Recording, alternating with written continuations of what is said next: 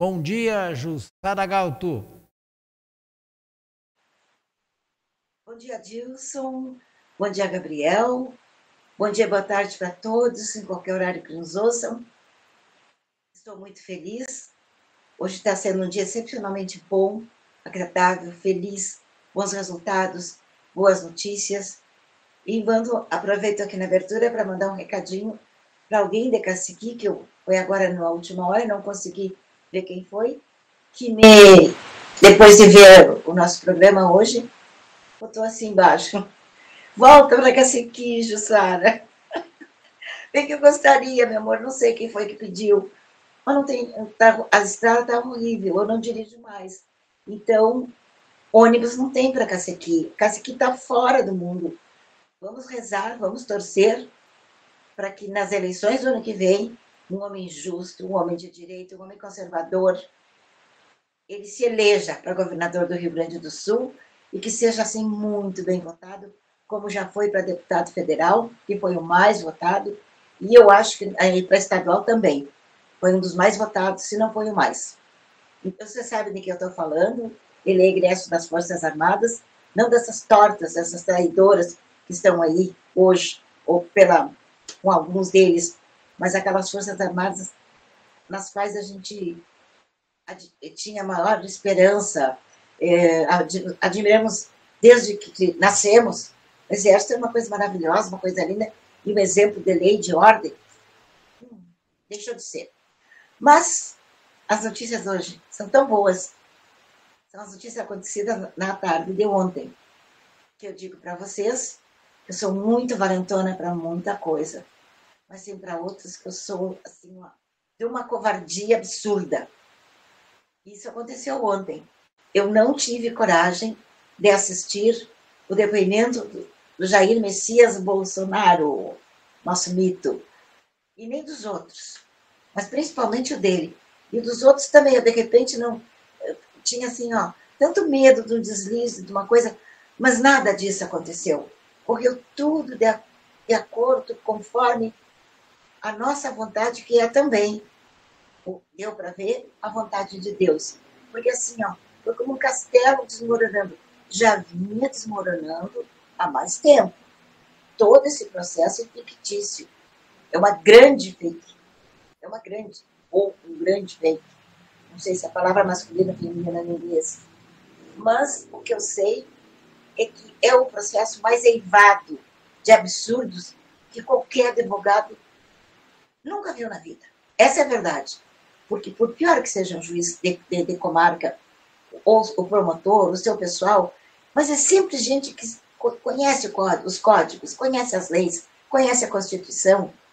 São pessoas que têm posicionamento, às vezes não têm, assim, muitas habilidades, mas o básico, o essencial, sabem. E agora a gente vê desmoronando com tudo que tem desmoronado no Brasil, o judiciário também, e pela mão, pela cabeça e pelas ideias doentias de um homem que nunca foi juiz, mas foi advogado. E foi advogado da área penal e dos piores criminosos do Brasil, que é o PCC. E, no entanto, ele não usou nada disso. Ou ele realmente é uma farsa por inteiro, porque já está mais do que provado. Quem quiser saber mais detalhes, vejam as matérias do Alan dos Santos, de quem ele é arqui-inimigo, um homem que teve que sair do Brasil, deixar a família com uma filha que precisava de mais, dependente dele em todos os sentidos, por problemas de saúde. E ele confiscou os bens, ele confiscou as redes sociais. Enfim, ele transformou o Alan dos Santos num pária. Graças a Deus, hoje ele é um homem que já está junto com a sua família, lá nos Estados Unidos, porque se estivesse aqui, estaria preso, já teria sido assassinado. E tá se recuperando, é um empresário e tá se virando legal.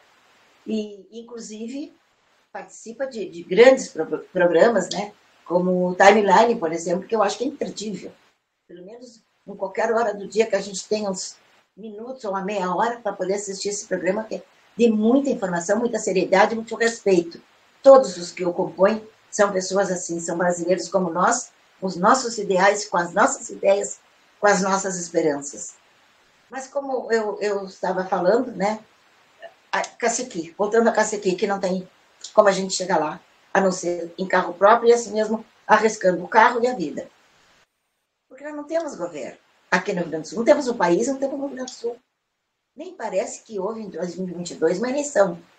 Esse que está aí, no governo do Estado, já nos deu 2 pés na bunda. Ele está sempre olhando, mirando o Planalto, que nunca disse dele, nunca.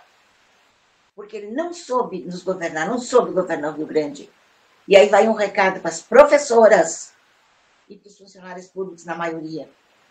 Votaram nele. Não sei por quê. Se ele tinha saído daqui feliz da vida, se aposentou para ser presidente da República, o que ele fez conosco, fizeram com ele na Planalto, um pé na bunda. E ele voltou correndo, e os cachorrinhos daqui foram atrás dele e votaram nele. E o transformaram em governador. Nós poderíamos ser hoje outro governador. Um homem sério, um homem responsável, um brasileiro de estilo. O Onyx Lorenzoni. E não podemos. Não podemos porque esse lado que eu mencionei foi maciçamente para o lado do leite azedo. Não queremos mais isso no Rio Grande nem no Brasil. Voltando à tarde de ontem.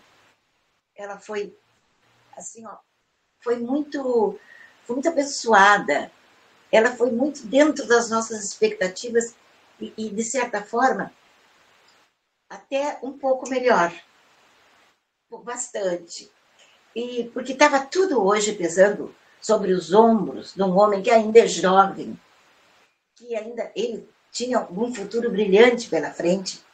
Hoje, talvez tenha, mas não mais no Exército. Eu estou falando de Mauro Cid. Muitas pessoas, talvez pouco informadas, não é que não estivessem bem por dentro da situação, o consideraram um covarde. Eu, graças a Deus, nunca considerei um covarde. Nunca achei que ele tinha desertado das nossas fileiras. O que aconteceu, e foi muito óbvio o que aconteceu. Ele resistiu 10 vezes. Ele ouviram 10 vezes. E não conseguiam obter a resposta que eles queriam. Ele, né, o Xandão amaldiçoado, não queria saber. Até que ameaçou, preste bem atenção, quem não sabia disso, quem não quis saber, quem não tomou conhecimento, enfim. Mauro Cid, antes de fazer a 11ª, aliás, o 11º interrogatório, ele foi ameaçado. E a gente viu pela internet.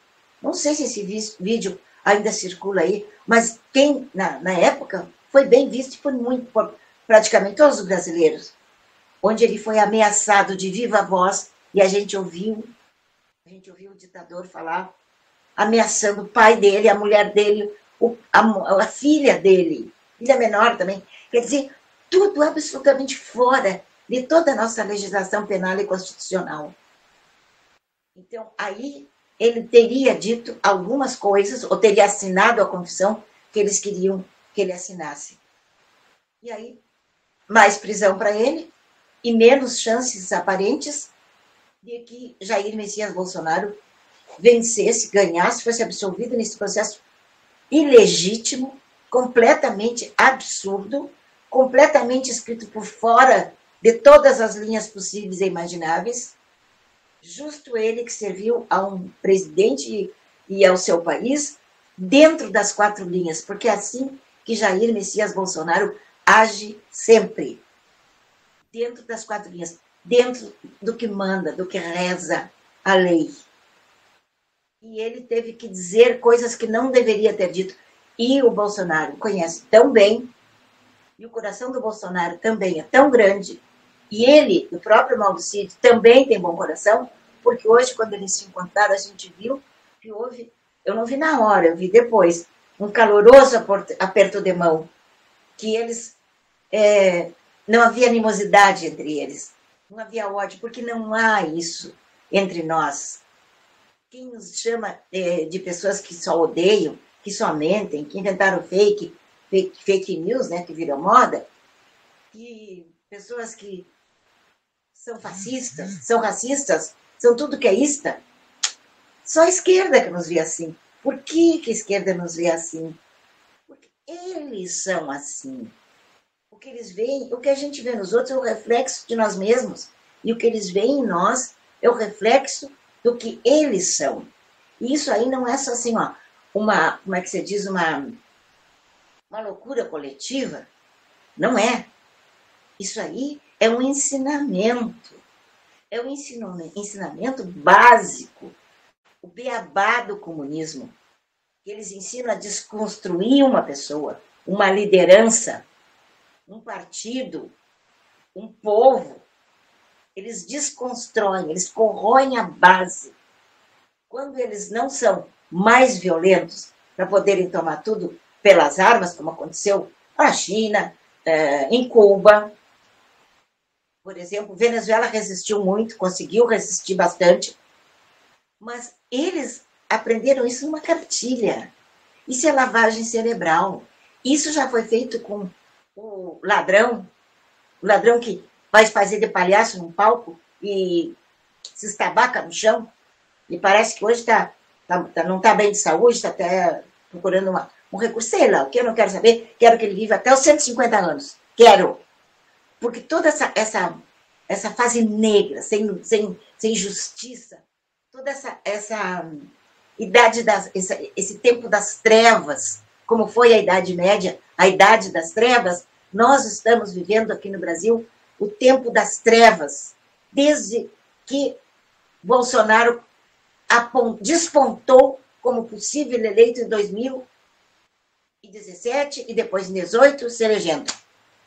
Então, nós passamos a viver na escuridão, tateando em busca da lei, da ordem, da luz, sem encontrarmos. Agora estamos começando a encontrá-la.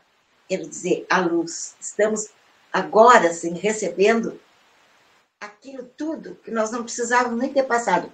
Mas, abra um parênteses, quem sabe, nós devíamos passar por isso. Nós somos um povo escravocrata, nós não, né? Nossos antepassados. Nós destruímos algumas civilizações e continuamos destruindo, por exemplo, a dos índios, para falar do que é mais abrangente e mais antigo. Porque hoje nós temos comunidades inteiras, que são cidades mais povoadas que a maioria das cidades do interior do Brasil, e que são tomadas pelo narcotráfico, que são tomadas por essas facções criminosas. E isso é escravidão.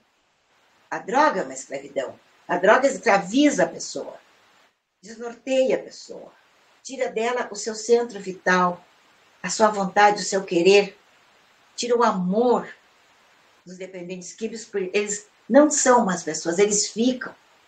E eu que trabalhei, criei um grupo, criei um trabalho e trabalhei nele voluntariamente mais de 40 anos em defesa dos dependentes químicos, eu posso dizer com certeza absoluta. Eu nunca conheci, entre aqueles jovens de todas as idades que eu tratei durante esses mais de 40 anos, nenhum que fosse malvado. Não, eles eram corrompidos pela droga. E eles são chamados tecnicamente de adictos. Adictos vem de adicção. Quer dizer, eles praticavam adicção. O que é um adicto? É um escravo. Porque, nossa, não pode me faltar a voz de novo, agora eu já estou boa. Os adictos são escravos. E a drogadição é uma adicção. Então, o indivíduo é escravo da droga. E o comunismo é uma droga. O comunismo também transforma as pessoas, destrói as pessoas, acaba com a vida não só de seres humanos, mas como de toda a sua família, de todos os circundantes. Apodrece uma sociedade, e isso eles fizeram conosco. Por isso que eles usam e abusam e se servem do tráfico como elemento alavancador da força deles, do poder deles, através de uma população que, graças à sua inércia, deixou isso acontecer. E eu digo a população porque, além de votar mal, a maioria não escolhe, vota em qualquer um, detesta a política, não gosta de política, não fala de política, não quer saber. Eu falei com um grupo hoje de amigas e o assunto caiu na política e já imediatamente alguém lembrou da Penosa, essa que dorme com o cachaceiro, que, aliás, começaram o romance da cadeia. Ela era uma visitante de presidiário, fazia a visita sexual e acabou tudo bem, então nada, né? Ele quis assim, tudo bem. Então, veio o nome dessa criatura à tona e 2 ou 3 disseram: de quem vocês estão falando? Ah, tudo, né? Uma admiração. Não sei, não sabia, eu nunca tinha visto. Uma foi no Google para ver quem era essa criatura. Dá para acreditar nisso? Mas dá para acreditar em tanta isenção? Depois de tantos anos de sofrimento, explicação, depois a gente já começar a colocar o pé na liberdade, na lei, na ordem, na justiça. Essas pessoas ainda são indiferentes, ainda não se tocaram, não entenderam a sua obrigação. A gente não está aqui a passeio, nesse mundo. Ninguém veio a esse mundo a passeio. Eu estou falando hoje de nós, brasileiros. Mas a maioria, ou grande parte da população, está ali escorada, querendo, torcendo, pedindo a Deus que a vida, que o mundo acabe num barranco para eles morrerem encostados. É bem assim. Infelizmente, por mais que a gente gaste saliva, por mais que a gente use todos os nossos conhecimentos, nosso empenho para esclarecer, para jogar luz onde só tem trevas, muita gente não quer saber da luz. Tá bom assim. Sim, mas tá bom assim. E os preços, e os remédios, e as consultas, e a saúde, a educação, e a segurança, e blá, blá, blá. Ah, isso é coisa de político, eles que resolvem. Gente, isso é uma coisa que atinge todos, na falta de segurança, atinge a todos, indistintamente, inclusive a família dos policiais, que não tem culpa dessa bagunça, vamos combinar, né? Nós temos uma das melhores polícias do país. E eles agem corretamente sempre que podem, dentro de todas as limitações. Não pensem que a vida de um policial é um mar de rosas, que eles ganham muito bem, que eles estão aparelhados com o que tem de melhor. Não. Além deles nossos policiais estarem armados com a pior qualidade de armas, na maioria dos casos, são inferiores à dos traficantes, à das facções criminosas. Eles têm o que tem mais, eles possuem e usam o que tem de mais moderno. E pousam na internet e desfilam nos lugares com aquelas armas pesadas, ostentando como se aquilo fossem troféus. E eles podem. Agora, se qualquer cidadão brasileiro circular na rua com um revólver, ainda que discretíssimo, escondido, e alguém aponta, olha aquele lá está de revólver, já chama a polícia, já prende, já leva. Você sabe que é assim. Não estou inventando. Mas também não vou sair, né, da nossa vibe de felicidade. Porque eu estava contando para vocês, né, o que aconteceu com o Mauro Cid. E ele hoje lavou a nossa alma. Porque hoje ele disse o que ele sempre quis dizer. Aliás, o que ele sempre disse. Se ele for ouvir 10 vezes, é porque ele não estava dizendo aquilo que o ditador desse país queria que ele dissesse. Que era para afundar o Bolsonaro, para inventar um golpe que nunca existiu, uma ficção absurda, nascida na mente psicopata dele, e já contagiou os outros, por quê? Contagiou pela vantagem. Não pense que ali no Supremo, eles estão assim, um não larga a mão do outro, todos têm os mesmos tipos de crimes, por isso que eles estão agarrados, não é porque eles acreditam na palavra do chão. Agora não vale mais nada, a lei, não vale Constituição, não vale mais nada. Mas não é assim o pensamento inteiro deles, porque o Mendonça, por exemplo, que é do nosso lado, foi colocado pelo Bolsonaro, deu uma lição, uma aula de direito ontem ou anteontem, que deixou todo mundo de queixo caído.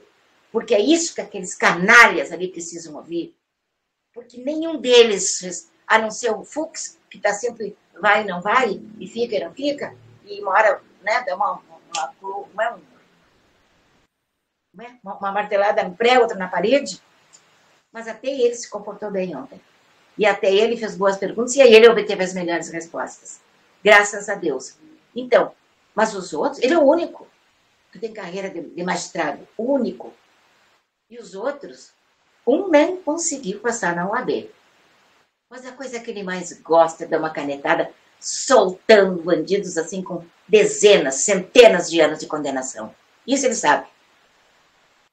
Mas estudar na faculdade para aprender o que ele deveria fazer agora, isso ele nunca fez. Porque se ele tinha um padrinho maravilhoso, o Cachaça, padrinho dele, para quê? Ele era advogado do Cachaça. E esse outro, o Zanin, também foi advogado do Cachaça. Né? Não adiantou, pode até ser um bom advogado, mas não adiantou porque os crimes do Cachaça eram tantos que ele foi condenado. E não só uma instância, em 3 instâncias. Então, se uma delas, a primeira, a básica, que eles acusam que estava errada, que era o Moro e o Dallagnol, e as outras são colegiados e que também condenaram ele. E que além da segunda para a terceira ainda houve um acréscimo de pena. A pena ainda aumentou um pouco. Por que isso? Se o cara é tão anjinho, se o cara é tão inocente. Não. Ele provou com o trabalho dele, que foi bom, mas que não adiantava. Porque o outro é um ladrão consagrado. O outro já roubava desde o comecinho. Eu não digo talvez nos primeiros 4 anos, não, mas ele, quando conheceu o poder do dinheiro, ele comeu e se lambuzou. E come e se lambuza até hoje. Ele e mais toda a entourage dele, todos aqueles que o cercam, inclusive a família. A família do Bolsonaro é a família mais perseguida da história moderna. Nunca houve. É todos. Chegaram, eu me lembro, lá por 20 ou 21, ou 19, não sei, antes da pandemia até, chegaram a descobrir que uma avó da Michele, quando jovem, foi detida por porte de droga. Um baseado, será que ela logo foi solta, nem ficou presa. Até isso eles vasculharam. E nunca acharam nada que conduzisse esse homem ou qualquer um da sua família para um tribunal. Agora, nós temos um filho dele, longe da pátria, longe da família, longe do pai, lutando por todos nós. Nós temos que orar por esse rapaz, orar por Eduardo Bolsonaro, orar por essa família, porque eles operam no bem, só dentro do bem. Porque se estivesse assim, uma fagulhinha, já teria virado um incêndio. Nunca encontraram. Nunca encontraram porque não houve. Como agora, a gente vinha dizendo há anos, nada fica oculto, nada que tenha que aparecer, sei lá, os termos exatos que a Bíblia diz, vai ficar oculto por muito tempo. Tudo vem à tona, tudo aparece, tudo vem à luz. Menos os crimes da família Bolsonaro. Vejam bem, a menina filha dele tinha 11 anos, uma criança, e uma jornalista a chamou de puta. Tem cabimento uma coisa dessas? Imagina, a outra que é de carteirinha das vacinas, dos remédios, daquelas que fazem o que ela fazia. Essa aí, se alguém disser isso em público, ou se botar eu digo sempre o que eu penso, mas é crime também. Não pode dizer. Não pode dizer que ele é ladrão. Não pode. E ele sequer foi absolvido depois que fizeram toda a maracutaia. A única justificativa, que é completamente inócua, não serve para nada, é de que o endereço onde ele tinha que ser processado estava errado. É uma questão de CEP, vamos dizer assim, para entenderem bem. E aí, pronto, como era para ele. Mas por que isso?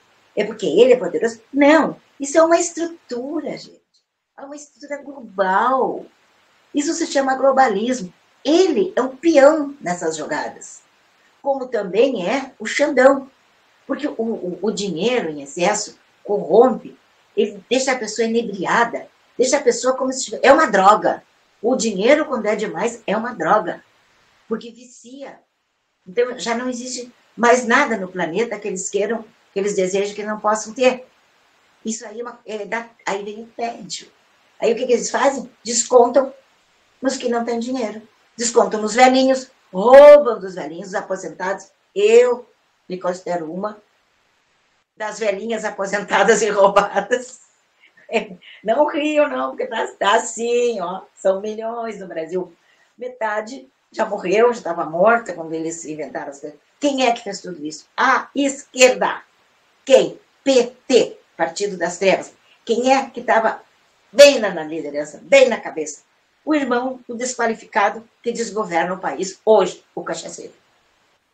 É mole? É assim que a banda toca. E assim, nessa cadência capenga, horrorosa, que nós vimos marchando também. Uns a contragosto, como é o meu caso, sem tipo gato de arrasto, bem contrariada, como diz o gaúcho. Contrariado como gato cabresto. Mas outros nem tanto, ó. Outros não estão nem aí. Vão... Não estão mexendo comigo. Estão mexendo contigo, seu imbecil. Quando tu vai comprar uma bala, um chiclete, eles já estão mexendo contigo. Quando o teu município faz uma lei torta, né, que libera a construção de edifícios 3, 4 vezes acima do que é permitido, uma Câmara inteira faz isso, isso é roubo, isso é corrupção. E fica por isso mesmo. Quando não se constrói uma obra que era, tipo assim, essa para tratamento das águas que vem aqui para essa região, aí, quando desaparece esse dinheiro, não sei, se esfumou. A palavra R-O-U-B-O, ninguém diz. Ladrão, a gente pode até ir preso. E tudo bem, se eu chamar um ladrão de ladrão e me prenderem, eu vou bem faceira, porque eu não menti, porque eu não posso mentir. Vocês não podem mentir. Porque nós estamos mentindo. Quando a gente mente, a gente desconstrói a realidade.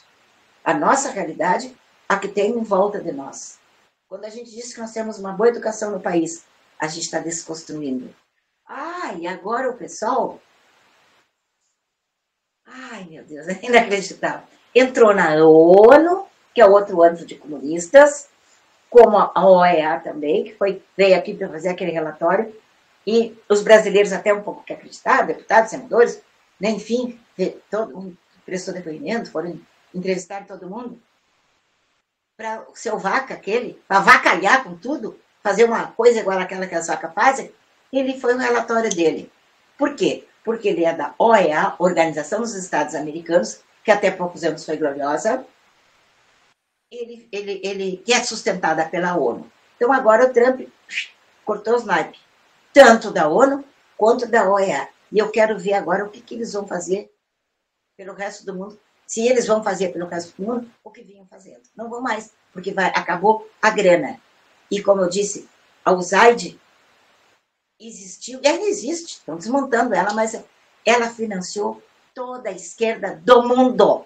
Onde precisaram de grana, eles derramaram grana. Bom, eu estava dizendo para vocês que o pessoal, né, pediu que a ONU proíba a construção de escolas cívico-militares no Brasil. Graças a Deus, isso aí, ó, o dia que eles olharem lá, já nem vão estar mais lá, porque o Trump vai cortar todos os grandes salários, vai botar todo mundo na rua, porque é uma cambada de vagabundo sem vergonha, e aí ou põe outras pessoas, ou esse órgão deixa de existir. Pode ser isso. A OMS, Organização Mundial de Saúde, podia não existir. Podia. E todo aquele que chama o Bolsonaro de genocida por causa do Covid, todo aquele, se tiver hoje, né, o conhecimento que ele não quis adquirir naquela época, não pelo Bolsonaro, mas pelos cientistas que já denunciavam naquela época. Aí eles teriam evitado Porque o Bolsonaro, quando saiu a vacina, ele comprou, distribuiu. Tomou quem quis. Ele não tomou. Eu não tomei. E muita gente que eu conheço, pessoal da direita, a maioria não tomou. A não ser aqueles que foram, né? Induzidos, os mais velhos foram induzidos pelos filhos mais novos, que achavam que só assim estariam salvando seu ente querido. Pelo contrário, mandaram mais direto para a Copa. Mais rápido. Mas agora saiu também a lista ontem, e isso eu vou comentar no outro dia, usar um programa inteirinho para isso, surgiu os nomes dos excelentíssimos senhores regiamente pagos por nós, nossos empregados, nossos funcionários, que moram lá em Brasília, que nós não temos direito a comer carne todo dia, não temos direito a quase nada hoje. Nós, que eu digo, quem está na planície. E eles têm do bom e do melhor, porque nós pagamos para eles. Nós. Inclusive as viagens que eles fazem. Então, saiu a lista de todos os nomes dos deputados envolvidos na corrupção do INPS. E eu vou trazer a lista. A maioria, graças a Deus, não é gaúcho. Mas como esse programa chega em outros lugares, chega em outros estados, eu vou trazer um por um, vou ler aqui. É chato, mas eu vou ler para que o gaúcho saiba quem é que votou, quem é que trabalhou, quem é que se corrompeu para que isso tudo acontecesse. Esse quase 1 trilhão. Hoje já é quase 1 trilhão. E que a gente ninguém sabe, ninguém tem ideia. O Lula está dizendo, o cachaceiro está dizendo, vai pagar logo, logo, vai pagar os aposentados. Só se for com a nossa grana, para deixar o país mais prejudicado ainda. Porque com a grana toda que eles roubaram nesses anos todos, dá para pagar essa dívida. Dá. Mas e aí? Primeiro tem que ir atrás deles, né? Confiscar, etc, etc. É uma lambança tão grande que a maioria vai morrer antes. A não ser que a justiça mude muito no Brasil. Então, 11, 5, 10, mais um. 11 são do Partido das Trevas. 11 dos deputados que roubaram dos velhinhos são do PT. Depois tem 3, 4 do partido, tem PSOL, não podia faltar. Outros partidos que se dizem de direita, mas tinha até a gente do PL. Eu ainda não vi quem é o nome do PL e nem de qual é o estado, porque hoje não tive tempo. Eu, graças a Deus, estou ficando bem, então estou começando a ativar coisas que eu tinha parado completamente. Mas eu tive mais de mês, gente, pessoal. Sem voz, com muita febre, às vezes eu fazia o programa com o maior sacrifício, e às vezes nem podia fazer porque não tinha gogó. Mas agora já estou relativamente bem, e só quando me exalta um pouquinho que a voz falha. Mas o que eu quero... tivemos uma falha também, num programa de sexta-feira. Estava muito bom o programa, mas teve uma falha técnica. Aí foi uma falha técnica. Mas isso pode acontecer, né? Mas já mais ou menos corrigimos. Eu, da melhor forma que eu posso, porque tudo isso custa dinheiro, mas eu estou investindo, assim, eu compro coisas assim para facilitar essa gravação, já que agora o Adilson está em Criciúma. Nós não estamos mais juntos em Osório, fazendo programa junto, nem eu posso ir a Criciúma todo dia. Nem a Osório eu ia todo dia, às vezes ficava por lá, dormia lá e tal, vários dias. Mas tudo isso aí já é outra realidade agora. E também as máquinas estão mais modernas, e estamos possibilitando isso. E eu não fiz o controle do tempo hoje. Me perdoa, Gabriel e Adilson, mas eu vou terminar por aqui, porque talvez amanhã eu já traga o nome desses deputados, desses sinistros deputados. Não é só no Supremo que tem sinistros, tem em todo lugar. E vocês são responsáveis com o voto. E o ano que vem tem eleição. E a gente vai falar todos os dias, como falamos nas eleições passadas e nas outras, para ver se entra um pouco de luz nessas criaturas que não estão nem aí para quem vota. Tem que estar, sim. Porque a conta chega e você é que paga. A conta do mal político chega. E sempre quem paga é o povo. Mas então, agora só, né? Mas não vou dizer que eu vou fechar com chave de ouro, porque eu vou fechar com o nome do PT, do Partido das Trevas, que há anos engana, ilude, mente para os velhos. Mente descaradamente. E agora é senador. Agora não, há 20 anos é senador, porque quem é? Não quer nem saber se é esquerda, se é direita. Ah, é o fulano, é o Paim? Claro que eu voto. Ele é o nosso defensor. Defensor aqui, ó. Me entenderam, né? Ele é um dos políticos que permitiu, que contribuiu, que participou do roubo contra os velhinhos do INSS. Tá? Com certeza não virá candidato novamente, porque estava vindo. Mas eu acho que é muita burrice. Mas se vier, vai ser para entrar pelo cano, se Deus quiser. Porque eu não admito mais que umas pessoas prejudicadas por esse cara, porque já não eram os jovens, não eram os da idade mediana, eram os velhos, os aposentados. Deus o livre de sugerir outro candidato. Não, é o Paim e acabou. Tá aí, ó. O que o Paim deu para vocês? O mesmo que o PT deu e dá para todo o país, inclusive os petistas. Porque vocês votaram nele, são petistas, se falaram igualmente aos que não são. O dia foi hoje muito bom, ontem foi ótimo e amanhã será melhor. Com certeza, eu amo vocês e amanhã quero estar novamente aqui, dando essas mensagens, algumas desagradáveis, mas também ajudando, né, a levantar o ânimo. Não percam a fé, continuem rezando, continue. Deus está nos ouvindo e está nos atendendo. Mas já sofremos o que tínhamos que sofrer. Não sabe fazer nada, não tem coragem, não gosta, não tem simpatia para fazer a luta que nós fazemos, reza. Faça isso que eu peço, tá? Rezem por você, por sua família e por todos nós. E a pátria amada agradece. Até amanhã.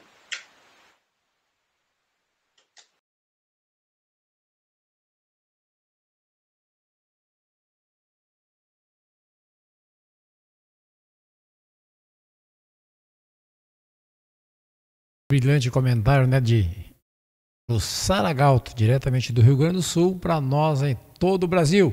Muito obrigado, Jussara, obrigado a você, obrigado, Gabriel, a todos que estiveram conosco, a nossa gratidão a Deus. E assim nós encerramos mais um programa Litoral ao meio-dia para você. Fique na paz e até amanhã.